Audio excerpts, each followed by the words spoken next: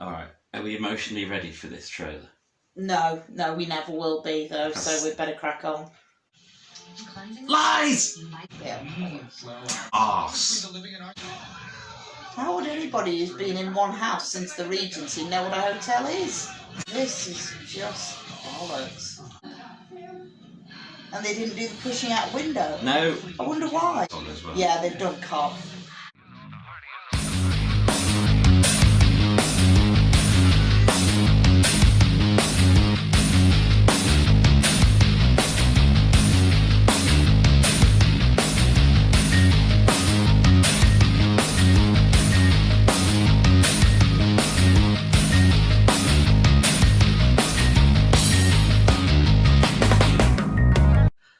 Hi, welcome to Planet Hex. I'm Andrew Hawnt. And I'm his recently traumatised wife. I've just subjected us to watching the trailer for the US remake of Ghosts. And I'm sorry. Please stay married to me. Sorry, no, that's it. That's it. You mess with the Horrible Histories cast, then that's it. Divorce is in the air. I know remakes are a thing, but some of them really shouldn't be, and this is a case where it really shouldn't be. See, now I have to admit, I don't think that remakes should be a thing. I think that there's enough good comic writers in America, enough good comedy coming out of America, that there's plenty of stuff there they can write themselves. If not, they could just have bought the BBC series and transmitted it over there. The humour would probably have travelled. For those of you not aware of what we're talking about, Ghosts is a very good BBC comedy. There's 2 series of it so far, which follows the misadventures of a couple, the lady of whom can see the ghosts that live in the building with them, in the big stately home that she's inherited. And the ghosts are played by the Horrible Histories crew. If you're not familiar with Horrible Histories...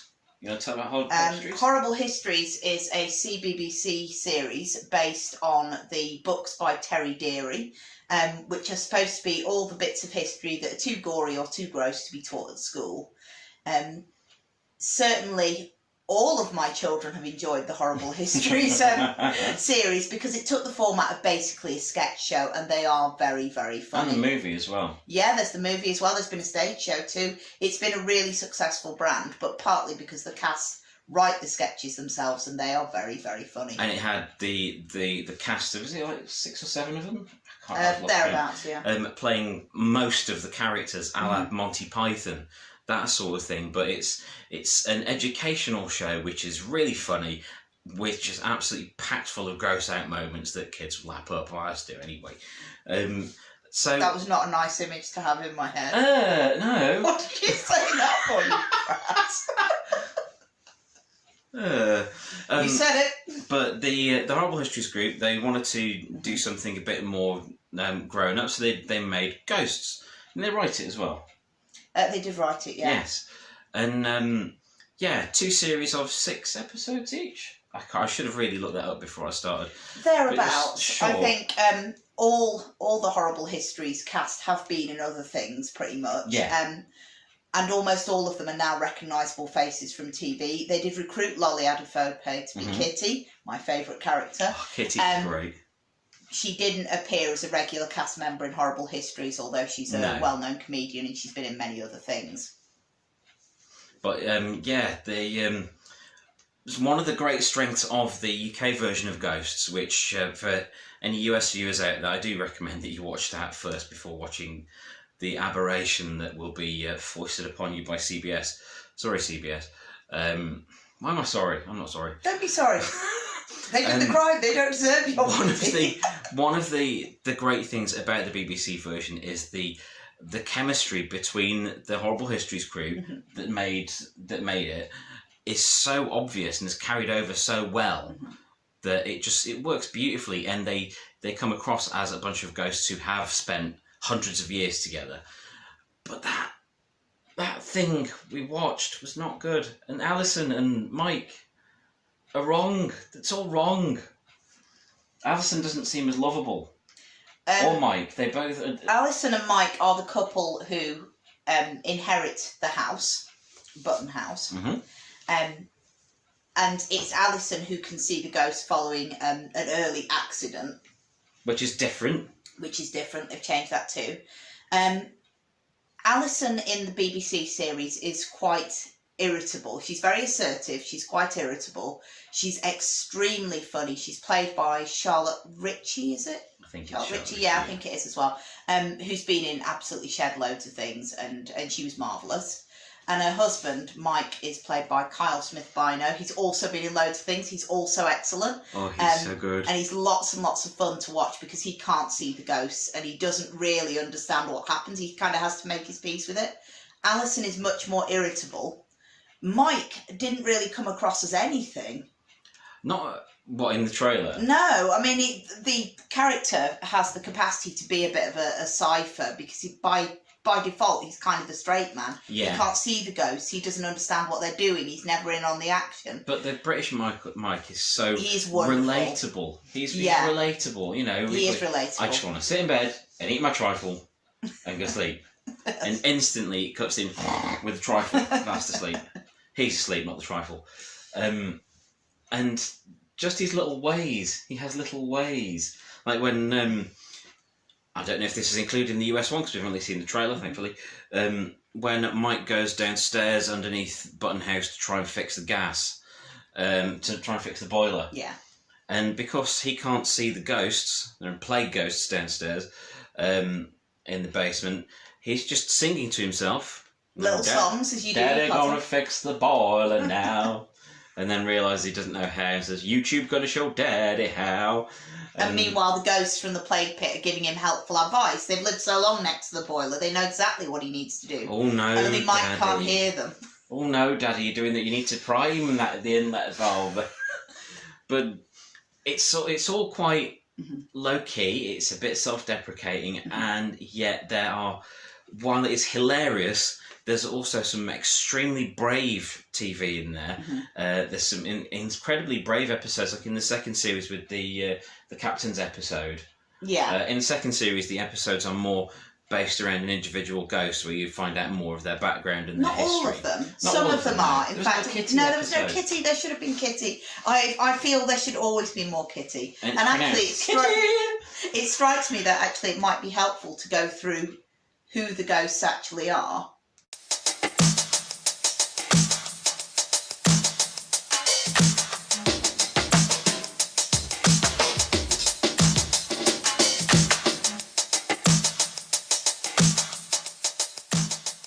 Yes, okay. They're all people who lived and or died in the Environs of Button House and have been stuck there forever. And they'll represent an era. Yeah, they all represent an era. There's Robin, who's the caveman. He's wonderful. He's the senior ghost. There's Mary, who's played by Katie Wicks, who's brilliant. She was burned as a witch in the 14th century. Then there's the plague pitters down in the cellar, and that's all the regular cast members, but in different makeup. Yes, it is. And playing different characters. Then let's see who comes next. Is it Kitty next? It's probably Kitty. Yeah, she's a Georgian aristocratic young lady, and she's very cheerful and very chirpy. And very needy as well. Kitty wants to be Alison's best mate. Oh, she wants to be part of everything and be mates with everyone. She does, yeah. She always wants to be in on things. Then you've got... Would it be the captain next? No. Oh, no, the poet. Yes. Yes. Yes, the poet Thomas. Yes. He falls deeply in love with Alison and is... And he's very intense around. He's also very needy, but what he wants is something completely different from what Kitty wants. Yes. Then following him, we've got the captain. Then the captain, who died in the war, the Second World War, I believe. And has a lot of repressed feelings. Oh, lots, yeah. Yes. And he's very disciplined. His way of getting through the time since he died is to keep everyone organised. He's very stiff upper lip. We missed out Fanny. Oh, Fanny. Lady Fanny. Don't miss out Fanny. Button, which I think they could only have sat there and laughed about.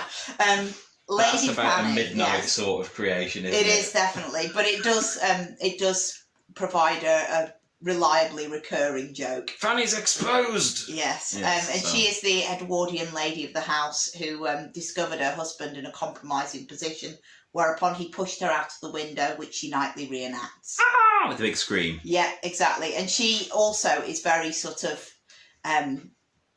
she's very angry. She thinks that Alison is doing everything wrong all the time, so she's constantly criticising. She likes to be proper, and when things Yeah, very, aren't very proper, proper. there's often a... She pulls that face.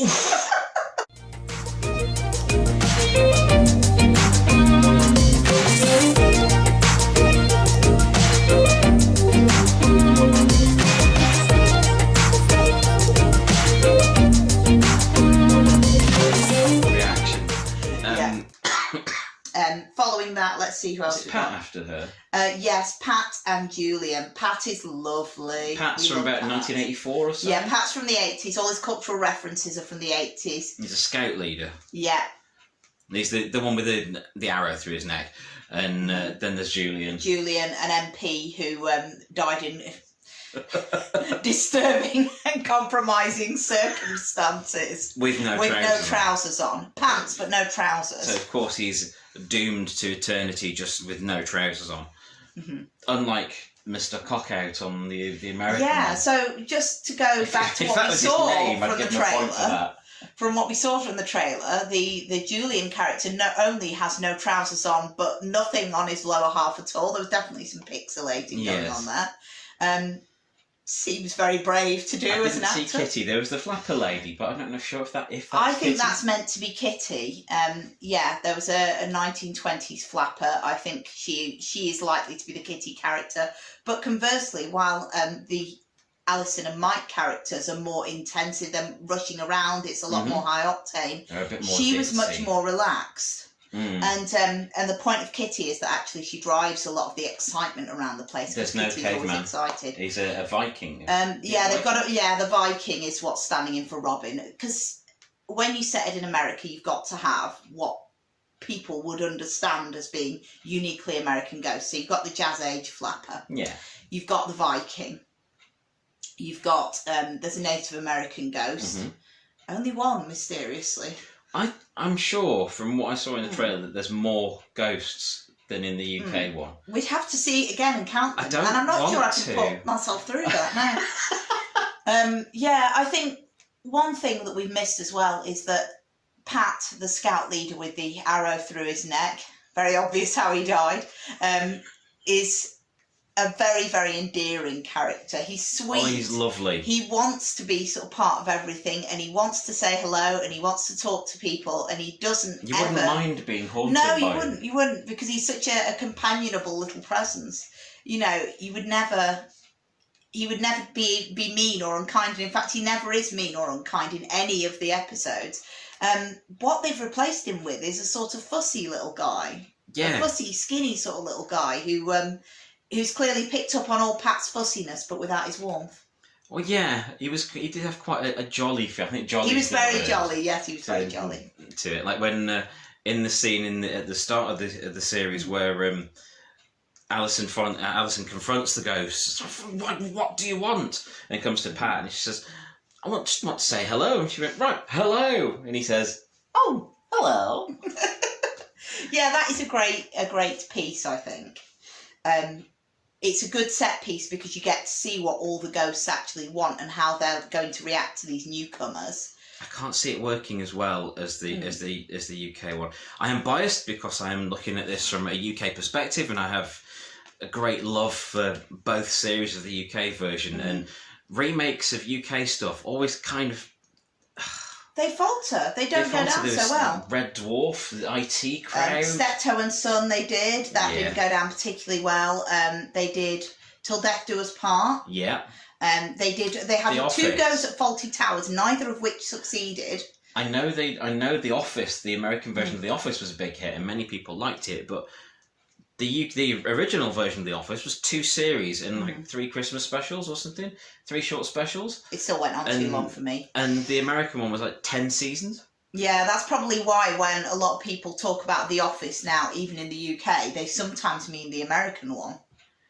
And that's very, very odd. Yeah. I think I'm struggling to think of a remake that's worked.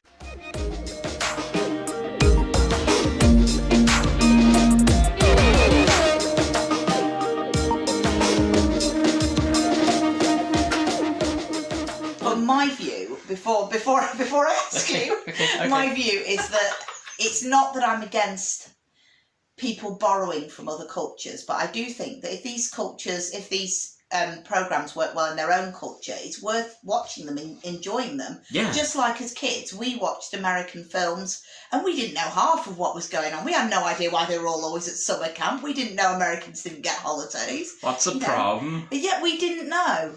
But we learned an awful lot about American cultures because of that.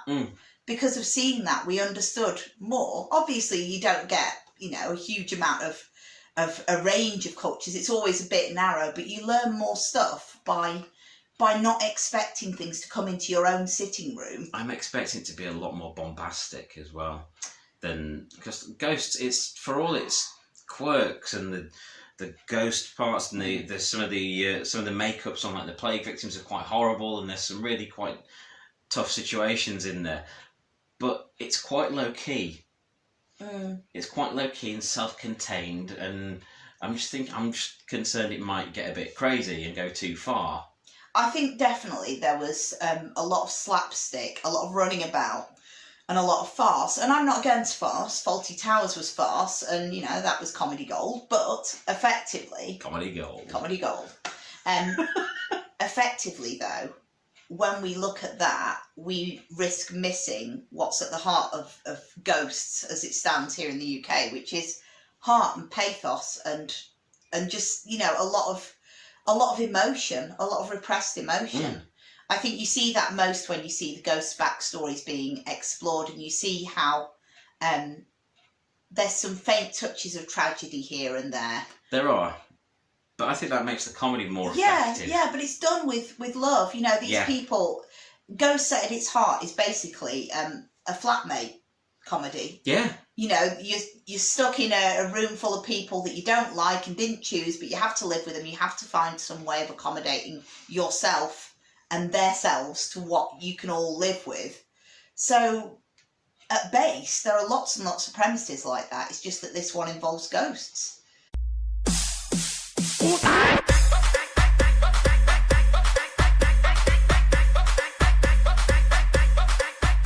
And they have all the emotions of human beings, real life human beings, not dead ones. It's a beautiful thing. It's like the UK version. It's the right length. There's the comedy, the pathos. There's the farce.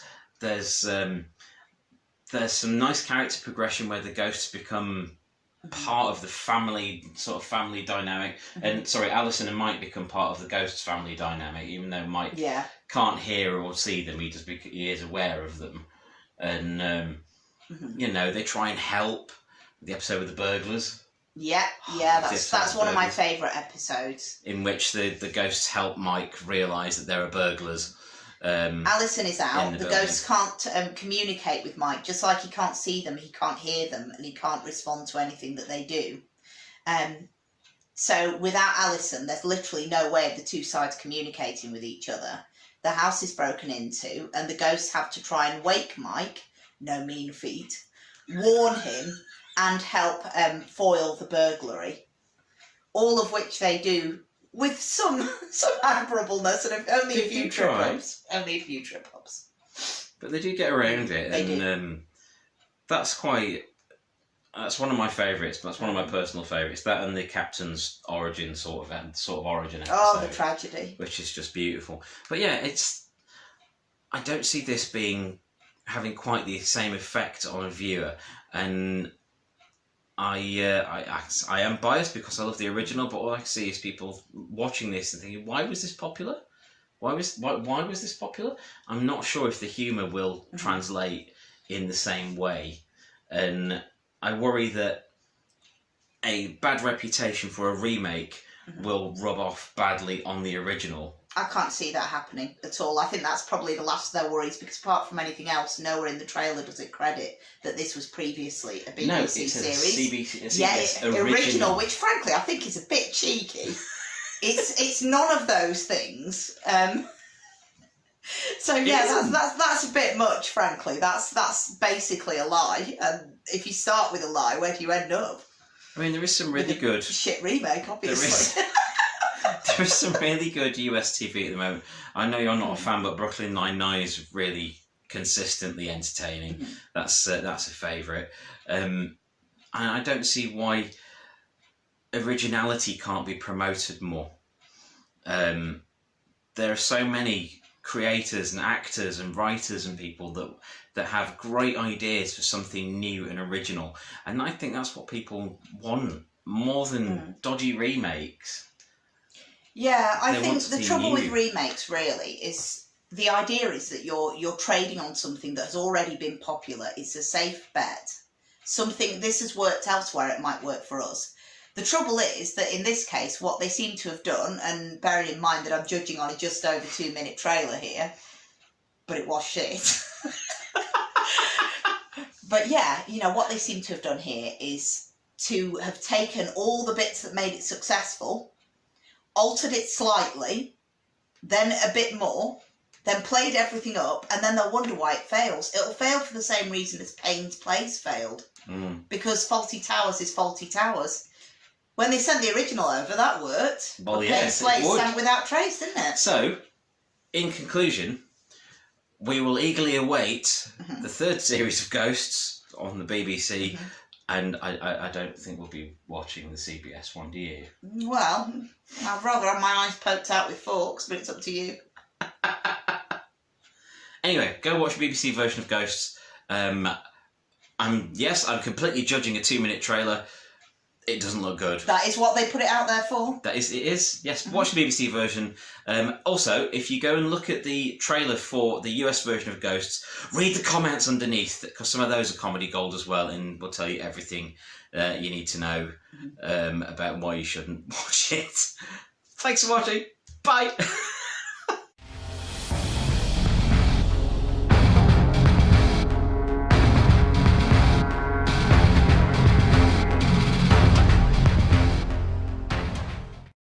Thank you for watching. Please like, share and subscribe.